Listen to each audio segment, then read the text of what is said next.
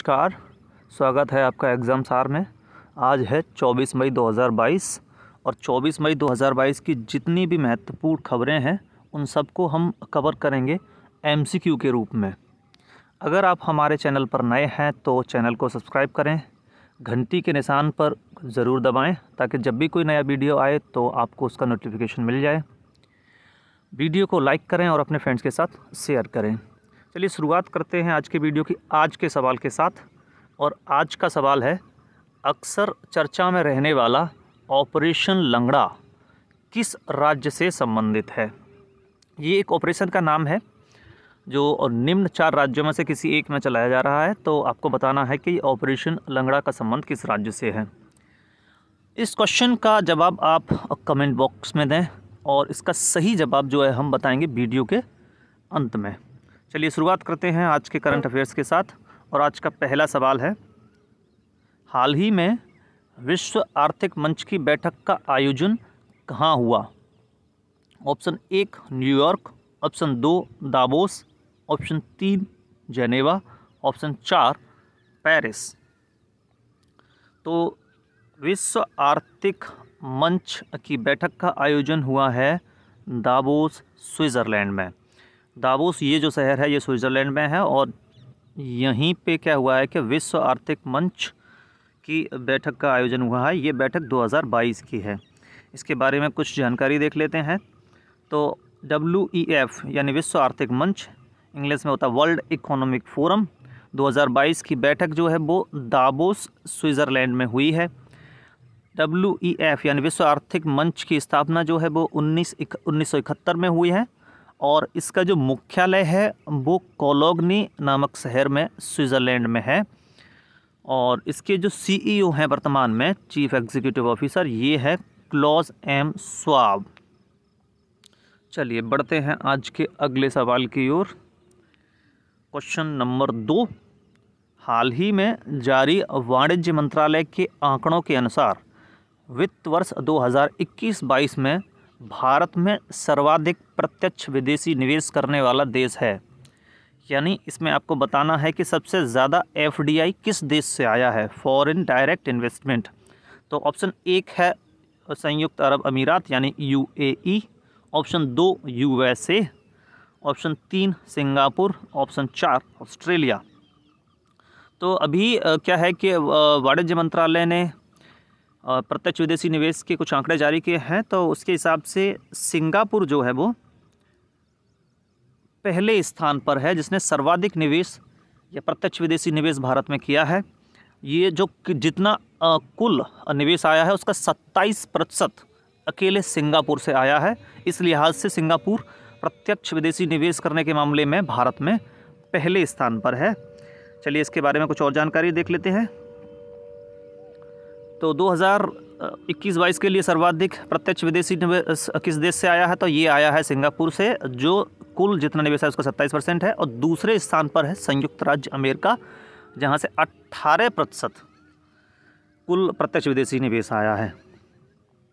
चलिए बढ़ते हैं आज के अगले सवाल की ओर। क्वेश्चन नंबर 3, हाल ही में अमेजन संभव एंटरप्रेन्योरशिप 2022 का पहला पुरस्कार किसने जीता है? यह है अवार्ड का नाम, अमेजन संभव एंटरप्रेन्योरशिप।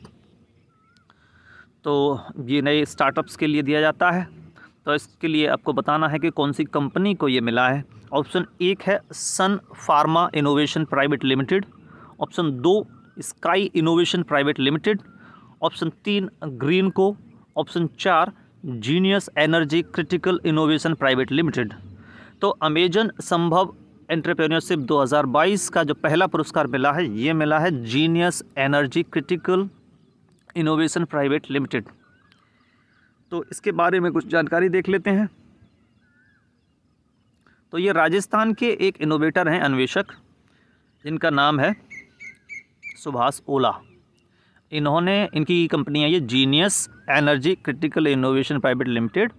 इन्होंने क्या है कि अभी एक नई तकनीक ईजाद की है जिसमें क्या होता है कि भाप को रिसाइकिल करके और ऊर्जा की बचत की जा सकती है। तो इसलिए इनको स्टार्टअप ऑफ द ईयर का अवार्ड भी इस कंपनी को दिया गया है। ठीक है, तो इसका उत्तर है genius Energy Critical Innovation Private limited. चलिए बढ़ते हैं आज के अगले सवाल की ओर। क्वेश्चन नंबर 4, हाल ही में सर्वोच्च न्यायालय ने किस राज्य को लौह अयस्क के खनन, माइनिंग और निर्यात को मंजूरी प्रदान की है? तो अभी जो सर्वोच्च न्यायालय की जो पीठ थी, उसका बेंच थी, उसका फैसला आया है, जिसको हेड किया था मुख्य न्यायाधीश NB रमन्ना ने। तो आपको बताना है कि ये कौन से राज्य को उसको खनन करने की और निर्यात करने की मंजूरी प्रदान कर दी है। तो ऑप्शन 1 है कर्नाटक, ऑप्शन 2 है केरल, ऑप्शन 3 मध्य प्रदेश, ऑप्शन 4 झारखंड। तो हाल ही में सर्वोच्च न्यायालय ने कर्नाटक को लौह अयस्क जो होता है उसके खनन यानी माइनिंग करने और उसका एक्सपोर्ट निर्यात करने की मंजूरी दे दी है। तो इसका जो सही उत्तर होगा वो होगा कर्नाटक। चलिए कुछ जानकारी देख लेते हैं। बल्लारी, चित्रदुर्ग और तुमकुरू, ये 3 ज़िले हैं और आपको ये भी याद रखना है कि ये ज़िले क्यों महत्वपूर्ण हैं। तो लौह अयस्क का यहाँ पे भंडार है। तो बल्लारी, चित्रदुर्ग और तुमकुरू, कई बार सवाल सिर्फ शहर का नाम देके या फिर उस जगह का क्षेत्र का नाम देके आपसे पूछ लिया जाता है कि ये किस लिए मशहूर है या फिर यहाँ पे कौन सा अयस्क पाया जाता है। तो ये तीनों ही जो जगह हैं, बल्लारी, चित्रदुर्ग और तुमकुरू, ये लौह अयस्क के लिए पहचाने जाते हैं और यहाँ पे लौह अयस्क पाया जाता है। अच्छा, कर्नाटक के मुख्यमंत्री भी देख लेते हैं। तो अभी इस समय पे जो कर्नाटक के मुख्यमंत्री हैं वो हैं बसवराज बोम्मई और राज्यपाल हैं थावरचंद गहलोत। तो इस सवाल का उत्तर था कर्नाटक, यानी कर्नाटक को अभी सर्वोच्च न्यायालय ने मंजूरी दे दी है कि वो कंपनियों को खनन और निर्यात करने की मंजूरी या अनुमति दे सकता है। चलिए अगले प्रश्न की ओर बढ़ते हैं। आज का अगला सवाल क्वेश्चन नंबर 5, हाल ही में सुर्खियों में रहा दुनिया का सबसे लंबा सस्पेंशन ब्रिज किस देश में है? तो ऑप्शन 1 है जर्मनी, ऑप्शन 2 है चीन, ऑप्शन 3 है चेक रिपब्लिक, ऑप्शन 4 है अमेरिका। तो दुनिया का सबसे लंबा सस्पेंशन ब्रिज खोला गया है चेक रिपब्लिक में। सस्पेंशन ब्रिज कुछ इस तरीके का होता है और ये ऊपर की तरफ से ऐसे बना हुआ होता है। तो ये जो ब्रिज है दुनिया का सबसे लंबा सस्पेंशन ब्रिज है और ये अभी जो ओपन हुआ है ये हुआ है चेक रिपब्लिक में। चलिए चेक रिपब्लिक के बारे में कुछ जानकारी देख लेते हैं। तो चेक रिपब्लिक की जो राजधानी है वो है प्राग। चेक रिपब्लिक की मुद्रा है चेक कोरुना और यहाँ पे इसी समय पे जो यहाँ के राष्ट्रपति हैं वो है मिलोस जेमन। तो दुनिया का सबसे लंबा सस्पेंशन ब्रिज खोला गया है चेक रिपब्लिक में। चलिए नेक्स्ट क्वेश्चन की ओर बढ़ते हैं। हाल ही में सरकार ने किस महान विभूति की जयंती को 22 मई 2022 से 22 मई 2023 तक मनाने की घोषणा की है? तो ऑप्शन 1 है राजा राम मोहन रॉय, ऑप्शन 2 है ज्योतिबा फुले, ऑप्शन 3 है पंडिता रमाबाई है, ये भाई नहीं है, ऑप्शन 4 सावित्री फुले। तो 22 मई 2022 से ये राजा राम मोहन रॉय की जो जयंती है उसको मनाया जा रहा है और पूरे 1 साल तक इसको मनाया जाएगा। चलिए राजा राम मोहन रॉय के बारे में कुछ महत्वपूर्ण जानकारी देख लेते हैं, जिससे अक्सर सवाल आपकी परीक्षाओं में पूछ लिए जाते हैं और यहाँ से कई सारे सवाल बनते हैं। एक एक करके देख लेते हैं। आपको याद रखना है कि इनकी 250वीं जयंती का उद्घाटन समारोह कोलकाता में हुआ है और किया किसने है? तो केंद्रीय संस्कृति मंत्री जो जी किशन रेड्डी हैं उनके द्वारा किया गया है और यहीं पे उनकी एक मूर्ति का अनावरण भी किया गया है। इनका जो जन्म है वो हुआ है 1774 में हुगली कोलकाता में, और आधुनिक भारत में पुनर्जागरण के ये अग्रदूत माने जाते हैं।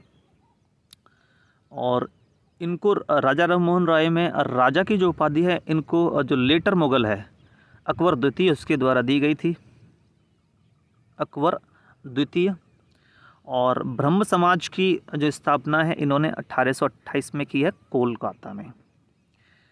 सती प्रथा को हटाने में, बाल विवाह को रोकने में, बहुविवाह को रोकने में, जाति के आधार पर होने वाले विरोध को रोकने में इनकी महत्वपूर्ण भूमिका रही है।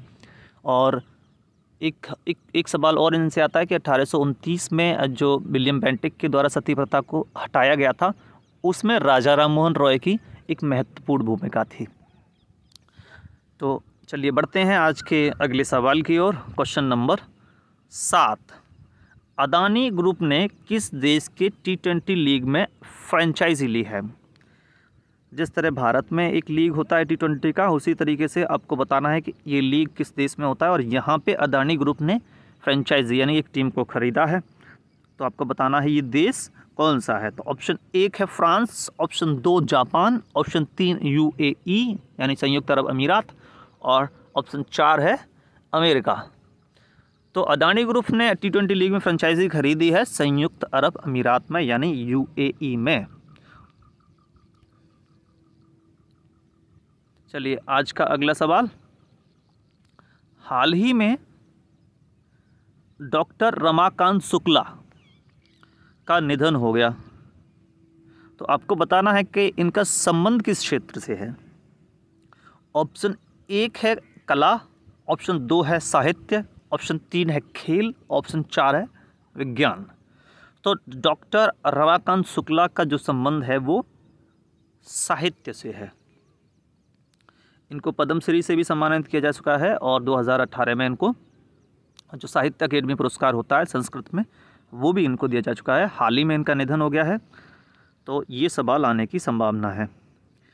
तो डॉक्टर रमाकांत शुक्ला का जन्म जो है वो अलीगढ़ उत्तर प्रदेश में हुआ है। उत्तर प्रदेश प्रेस में इस सवाल को पूछा जा सकता है, और वैसे तो ये महत्वपूर्ण सवाल है ही जनरली, और उत्तर प्रदेश स्पेशल में भी ये क्वेश्चन पूछा जा सकता है। तो वर्ष 2013 में पद्मश्री से इनको सम्मानित किया गया है। 2018 में साहित्य अकेडमी पुरस्कार इन्होंने संस्कृत में जीता है, यानी इनको नवाजा गया है। तो रमाकांत शुक्ला का जो संबंध है वो साहित्य से है। आज का अगला सवाल, क्वेश्चन नंबर 9, हाल ही में प्रधानमंत्री श्री नरेंद्र मोदी द्वारा 5G टेस्ट बेड लॉन्च करने के दौरान, ये 6G है, 6G को शुरू करने का लक्ष्य रखा गया है। तो यानी अभी टेस्ट जो लॉन्च जो किया गया है वो किया गया है 5G, और प्रधानमंत्री ने ये भी बताया है कि सरकार 6G के लक्ष्य को कब तक पाना चाहती है यानी हासिल करना चाहती है। तो आपको बताना है कि 6G का लक्ष्य कब तक का है। तो ऑप्शन 1 है 2024, ऑप्शन 2 है 2030, ऑप्शन 3 2032, ऑप्शन 4 2027। तो भारत सरकार का 6G को लॉन्च करने का या रोल आउट करने का जो लक्ष्य है वो है 2030 तक।